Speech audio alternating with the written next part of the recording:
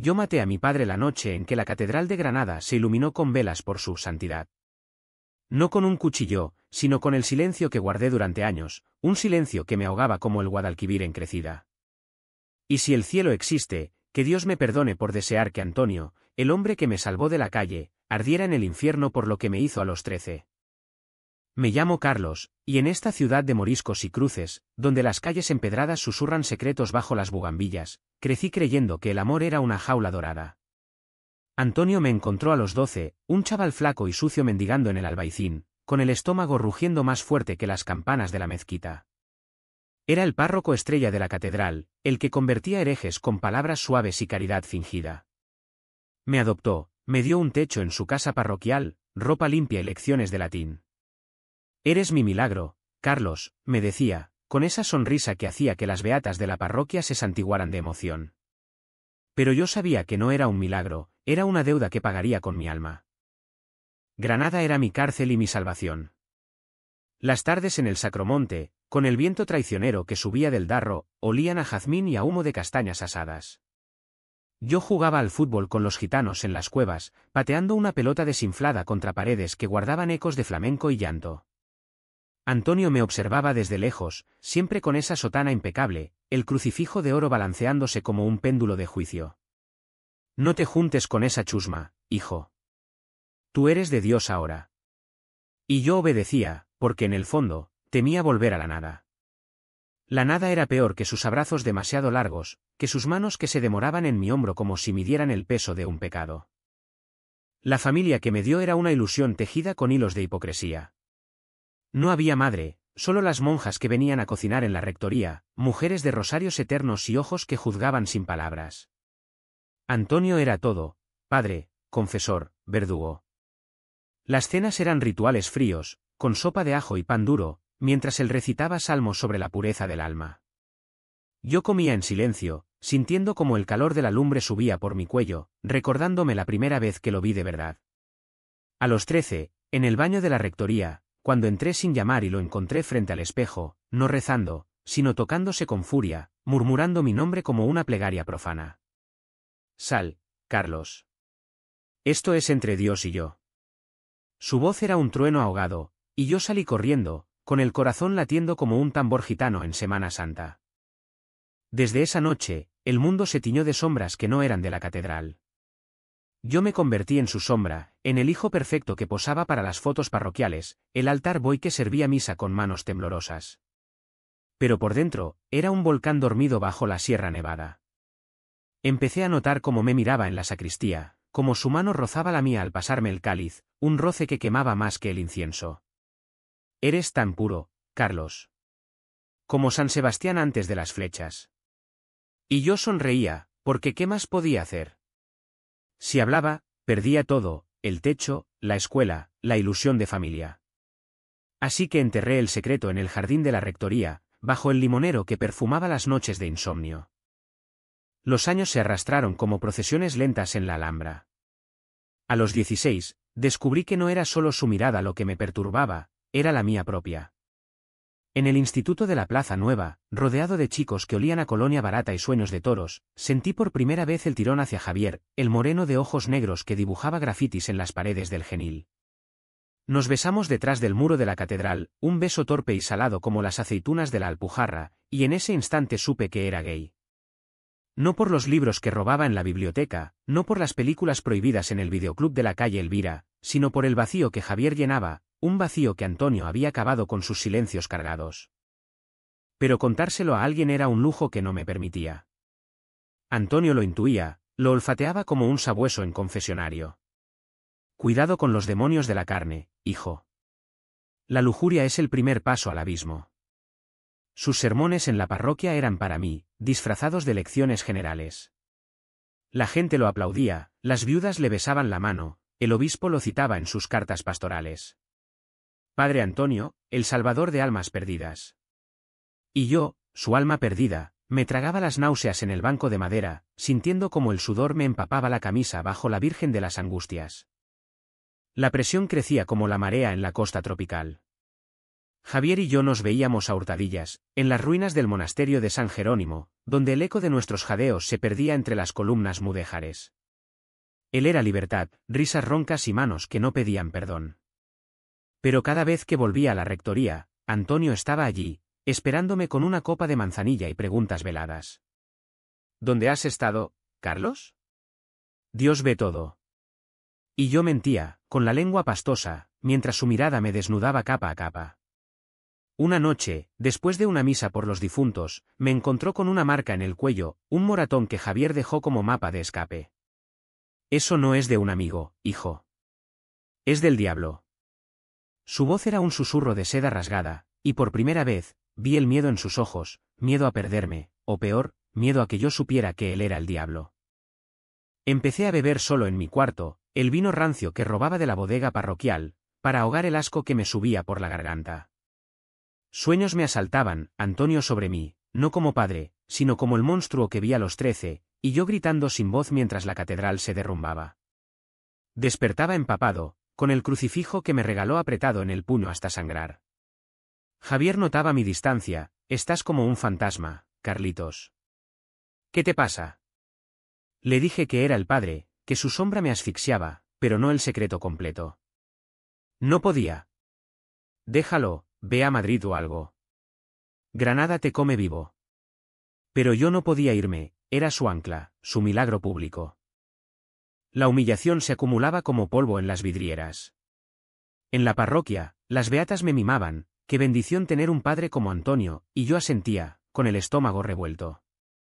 Una vez, durante la confesión general de Cuaresma, oí a una mujer susurrar sobre rumores, dicen que el padre tiene un pasado oscuro, antes de las órdenes. Mi corazón dio un vuelco. ¿Sabían? ¿O era solo chisme de vecinas? Antonio lo negó todo en su homilía siguiente, con voz de trueno bíblico, la envidia del maligno siembra dudas. Pero yo soy siervo del Señor. La gente lloraba, yo también, pero mis lágrimas eran veneno. Y entonces, el dolo empezó a filtrarse en mi piel. Me masturbaba pensando en Javier, pero el rostro de Antonio se colaba, una mezcla enferma de odio y culpa que me dejaba vacío. Me corté una vez, en el baño, con una navaja de afeitar, viendo cómo la sangre teñía el agua rosada, un río pequeño que lavaba el pecado ajeno. Soy su hijo, no su víctima, me repetía en el espejo empañado. Pero lo era. Cada mirada, cada roce accidental en la cocina mientras pelaba patatas para la cena, era una herida que supuraba. Granada, con su belleza traicionera, me traía recuerdos como puñales. Paseaba por el paseo de los tristes, oyendo el agua del Darro murmurar secretos, y pensaba en huir. ¿Pero a dónde? Sin dinero, sin familia real, solo con un título de bachiller y sueños rotos. Antonio planeaba mi futuro, seminario, como él. Serás un gran sacerdote, Carlos. Juntos, salvaremos almas. Su mano en mi rodilla durante la cena, un gesto paternal que duraba demasiado, me hacía vomitar en la noche. La tensión era un nudo en la garganta que no se deshacía. Javier se impacientaba, o eliges o te elijo yo, y yo elegía el silencio, porque romperlo significaba romper todo. Una tarde de tormenta, en la sacristía, Antonio me llamó para hablar de Dios. Estaba de rodillas, rezando, y yo me arrodillé a su lado, el olor a cera y a hombre maduro invadiéndome. Sientes lo mismo que yo, ¿verdad? El fuego de la carne. Sus palabras fueron un latigazo, y yo me quedé paralizado, el rosario cayendo de mis manos como lágrimas de plomo. No respondí. Me levanté y salí, la lluvia azotándome en la plaza como un bautismo cruel. Corrí al Genil, me metí en el agua fría hasta las rodillas, gritando al cielo nublado. Pero el grito se ahogó en mi pecho. Volví a casa empapado, y Antonio me esperaba con una toalla y ojos de cordero sacrificado. Perdóname, hijo. El demonio me tienta.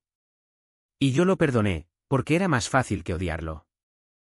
Los meses siguientes fueron un purgatorio lento. Servía misa con manos que temblaban al elevar la hostia, sintiendo su mirada como flechas de San Sebastián. Javier se alejó, encontró a otro en el barrio del Zaidín, y yo lo vi besarlo desde lejos, un puñal en el vientre. «¿Eres un cobarde, Carlos?», me dijo antes de irse. Y tenía razón. El cobarde que guardaba el secreto de un hombre que me había tocado el alma antes que el cuerpo, un hombre que la Iglesia veneraba como santo mientras yo me pudría en su sombra. La densa niebla del invierno granadino se colaba por las rendijas de la rectoría, como si la sierra misma conspirara para asfixiarme. Cada mañana, al despertar, sentía el peso de esa noche en la sacristía, las palabras de Antonio colgando en el aire como humo de turíbulo, el fuego de la carne. No me había tocado, no físicamente, pero su confesión era una violación, un dedo que se clavaba en la herida abierta de mi identidad. Yo, que a los 18 ya sabía que amaba a los hombres con una intensidad que me quemaba las venas, me veía reflejado en él, un monstruo en potencia, o peor, un eco de su propia represión. Empecé a sabotearme. Bebía más, fumaba en el tejado de la catedral mirando las luces de la Alhambra, imaginando saltar al vacío del Darro. Las clases en la universidad estudiaba historia en la de Granada, un capricho que Antonio toleraba a regañadientes, se convirtieron en un refugio precario. Allí, en las aulas abarrotadas de la Facultad de Filosofía, escuchaba a profesores disertar sobre el Renacimiento español, sobre cómo los conversos escondían su judaísmo bajo cruces falsas, y me veía en ellos, un converso del armario, fingiendo devoción mientras mi verdad gritaba en silencio. Antonio intensificó su control. No salgas tanto, Carlos. La ciudad está llena de tentaciones. Mandaba a las monjas a vigilarme, Sor María con su hábito negro y ojos de halcón, preguntándome por amigos sospechosos. Una vez, encontró una carta de Javier en mi bolsillo, un garabato inocente: te echo de menos, idiota, y la leyó en voz alta durante la cena, su voz goteando veneno disfrazado de preocupación. Esto es pecado mortal, hijo. La sodomía destruye almas. Me quedé helado, el tenedor suspendido sobre el plato de gazpacho, sintiendo como el frío de la sopa se extendía por mi espina dorsal. ¿Cómo sabes eso?, balbuceé. Él sonrió, esa sonrisa pastoral que engañaba a cientos. Dios me lo susurra. Y a ti te susurra lo mismo, ¿verdad? Lucha contra ello, como yo lucho. Su lucha era mi tormento. Noches en que lo oía pasear por la rectoría, murmurando salmos entre dientes, y yo me tapaba los oídos con la almohada, imaginando que era el viento del Sacromonte. Pero no lo era. Era el eco de su deseo reprimido, proyectado sobre mí como una sombra alargada. Empecé a evitarlo, comía en mi cuarto, servía misa en la iglesia vecina, paseaba solo por el Realejo, donde los murales de Lorca me recordaban que Granada había matado a sus poetas por amar mal. La represión me carcomía. Soñaba con hombres anónimos en las tabernas de la calle Calderería, cuerpos sudorosos bajo luces tenues de faroles morunos, pero al despertar, el rostro de Antonio se superponía, convirtiendo el deseo en náusea. Me masturbaba con rabia, luego con culpa, rasgándome la piel hasta que sangraba. Soy como él, me repetía, y el pensamiento era un ácido que disolvía mi autoestima. Javier volvió una vez, ebrio en una fiesta de la facultad, y nos revolcamos en un callejón detrás del Bárcenas. Fue salvaje, desesperado, sus uñas en mi espalda como anclas. Quédate conmigo, Carlos. Olvídate de ese cura loco. Pero al amanecer, lo dejé ir, porque llevarlo a mi vida era invitar al caos. El obispo vino de Sevilla para una visita, y Antonio brilló como nunca. Cena en la rectoría, con vino de La Rioja y cordero asado, discursos sobre la renovación espiritual en Andalucía. Yo serví las copas, sonriendo como un autómata, mientras el obispo palmeaba la espalda de Antonio: eres el pilar de Granada, padre. Y este chico tuyo, un ejemplo de virtud. Virtud. La palabra me provocó arcadas internas. Esa noche, después de que se fueran, Antonio me abrazó, un abrazo paternal que se prolongó, su aliento a vino en mi oreja: lo has hecho bien, hijo. Pronto serás como yo. Y en ese pronto, vi el abismo, el seminario, la sotana, una vida de mentiras eternas. Huí al baño, vomité hasta que solo salió bilis, y allí, frente al espejo, vi mi rostro, ojeras como surcos en la tierra árida de la vega, labios agrietados por el silencio. Basta, susurré. Pero el basta no llegó. En cambio, llegó la carta.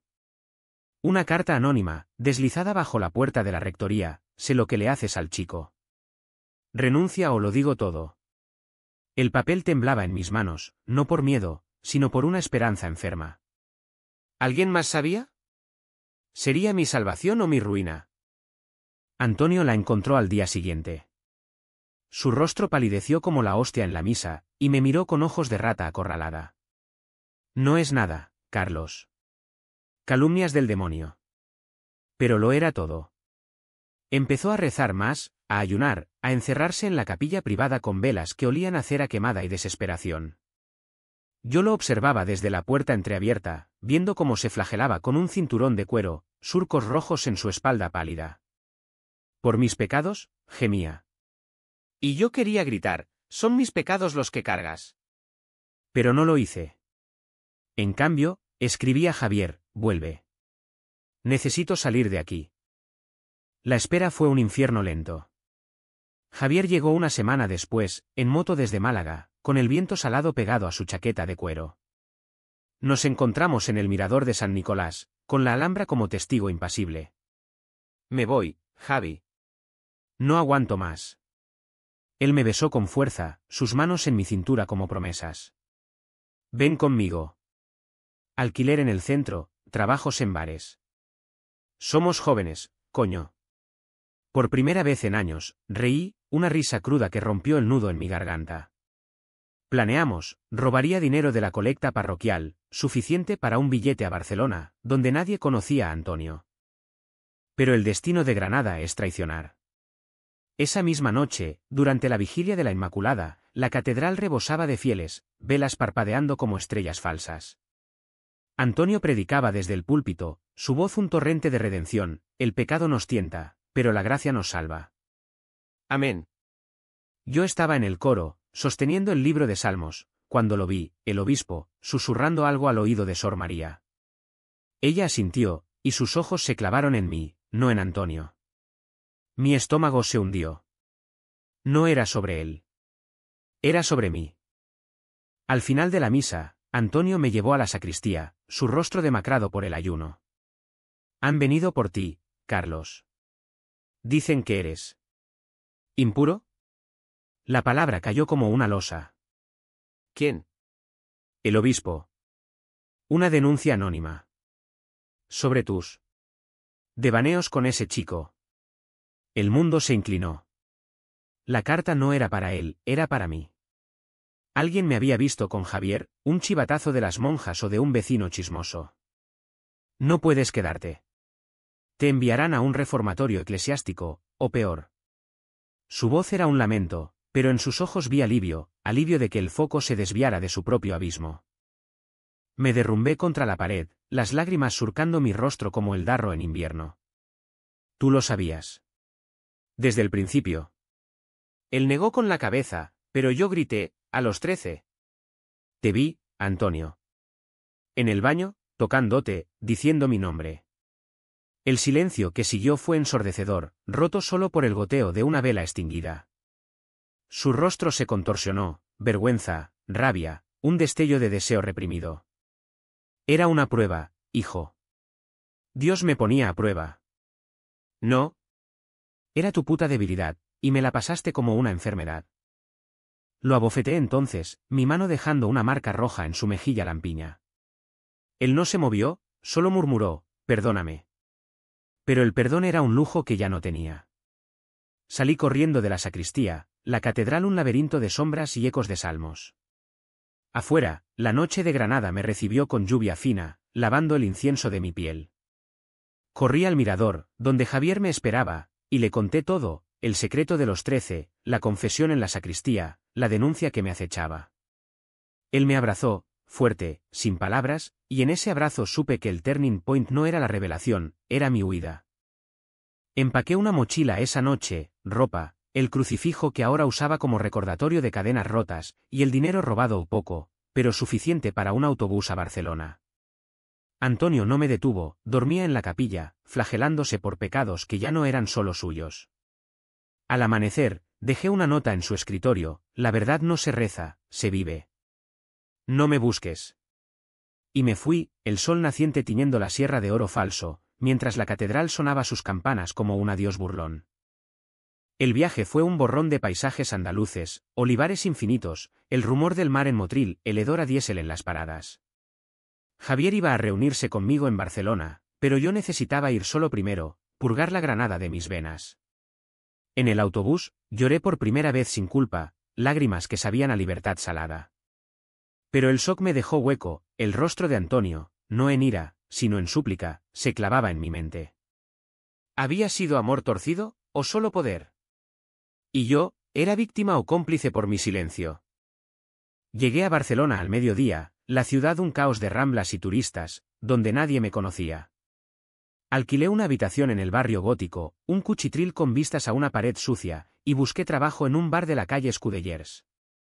Mesero, sin preguntas, dijo el dueño, un catalán con bigote torcido. Las noches eran un bálsamo, servía cañas a marineros y putas, oía risas roncas y flamenco catalán, y por primera vez, besé a un desconocido sin mirar atrás. Se llamaba Miguel, un pintor con manos manchadas de óleo, y en su estudio, entre lienzos de cuerpos entrelazados, me folló con ternura, susurrando: no hay pecado aquí, solo piel. Pero el pasado no se borra con semen y vino. Cartas llegaban de Granada, primero, de Sor María, llena de lástima cristiana: vuelve, hijo. El padre sufre. Luego, silencio. Javier se unió a mí una semana después, y juntos alquilamos un piso en Gracia, un ático con balcón a las estrellas. Amábamos con urgencia, cuerpos chocando como olas en la Costa Brava, pero mis pesadillas persistían, Antonio sobre el púlpito, prediciendo mi caída. ¿Y si lo denuncia él?, le dije a Javier una noche, después de un polvo que dejó moretones. Que lo haga. Somos libres, coño. La libertad tenía precio. Trabajaba doble turno, el cuerpo adolorido, el alma aún en carne viva.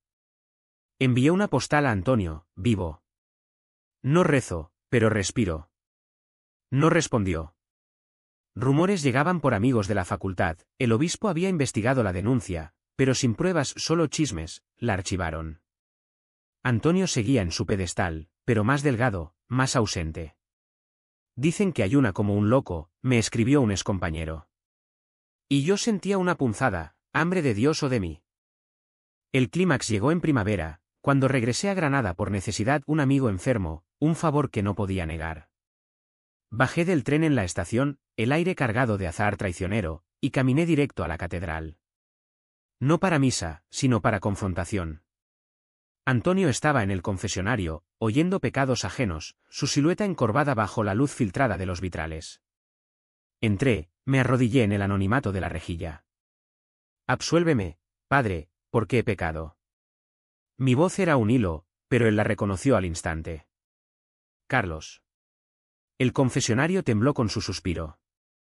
Hablé entonces, todo, el horror de los 13, la culpa que me inyectó, mi amor por los hombres que no era pecado sino salvación. Me robaste la inocencia antes de tocarme, con tus ojos, tus palabras. La iglesia te venera, pero yo te maldigo. Él sollozaba al otro lado, un sonido gutural como un animal herido. Te amé mal, hijo. Quise salvarte de mí mismo, pero te arrastré al pozo. No era excusa, era confesión rota. Renuncia, le dije. O vive con esto hasta que te pudra. Salí sin absolución, el sol de mediodía cegándome en la plaza, y por primera vez, el peso se levantó, no del todo, pero suficiente para caminar erguido. No lo vi más. Volví a Barcelona, donde Javier me esperaba con una botella de cava y una sonrisa ladeada. Se acabó, Se acabó, sí. Pero el aftermath fue un goteo lento de sanación. Antonio dimitió meses después, un escándalo murmurado, crisis espiritual, dijeron los periódicos de Granada. Se retiró a un convento en las Alpujarras, viviendo en celdas de piedra y silencio eterno. ¿Horror? ¿Libertad? No lo sé. Yo, en cambio, empecé terapia en un centro LGTB de la Rambla, hablando con un psicólogo que no juzgaba, solo escuchaba. El trauma no se borra, se integra, dijo. Y lo integré, tatué una alhambra partida en mi antebrazo, media sombra, media luz. Javier y yo duramos 2 años, un amor de fuego que se consumió en cenizas amigables. Él se fue a Ibiza, a pintar atardeceres, yo me quedé, estudiando de nuevo, ahora psicología, para entender mentes como la mía, como la de Antonio. Granada se convirtió en un recuerdo que duele menos, un tatuaje invisible. Visito a veces, paseo por el Albaicín donde todo empezó, y susurro a las bugambillas, sobreviví. Hoy, a los 25, sirvo cafés en un bar de la Sagrada Familia, con un novio que me besa sin culpas, y noches en que duermo sin pesadillas. La Iglesia sigue venerando santos falsos, pero yo venero mi verdad, frágil, gay, íntegra. ¿Valió la pena el silencio? No. Pero el grito, sí. Y en las mañanas soleadas de Barcelona, cuando el mar susurra promesas, me pregunto, ¿y si Antonio, en su celda, también grita al fin?